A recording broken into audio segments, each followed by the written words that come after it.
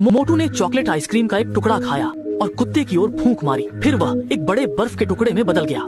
अच्छा हुआ कि मोटू कभी किसी को नुकसान नहीं पहुंचाता। अगर उसे पता चल जाता तो मैं नहीं बच पाता। साइकिल चला रहे मोटू ने पार्क से गुजरते हुए देखा कि एक लड़का बेंच पर बैठकर आइसक्रीम खाने की तैयारी कर रहा है।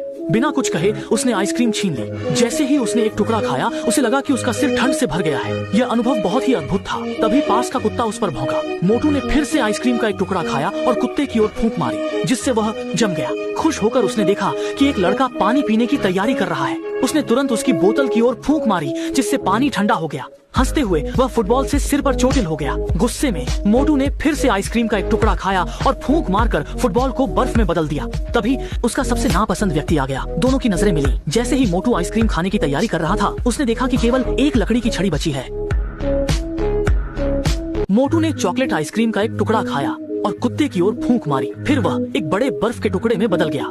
अच्छा हुआ कि मोटू कभी किसी को नुकसान नहीं पहुंचाता। अगर उसे पता चल जाता तो मैं नहीं बच पाता। साइकिल चला रहे मोटू ने पार्क से गुजरते हुए देखा कि एक लड़का बेंच पर बैठकर आइसक्रीम खाने की तैयारी कर रहा है। बिना कुछ कहे उसने आइसक्रीम छीन ली। जैसे ही उसने एक टुकड़ा खाया उसे लगा कि उसका सिर ठंड से भर गया है। यह अनुभव बहुत ही अद्भुत था। तभी पास का कुत्ता उस पर भौंका। मोटू ने फिर से आइसक्रीम का एक टुकड़ा खाया और कुत्ते की ओर फूंक मारी, जिससे वह जम गया। खुश होकर उसने देखा कि एक लड़का पानी पीने की तैयारी कर रहा है। उसने तुरंत उसकी बोतल की ओर फूंक मारी, जिससे पानी ठंडा हो गया।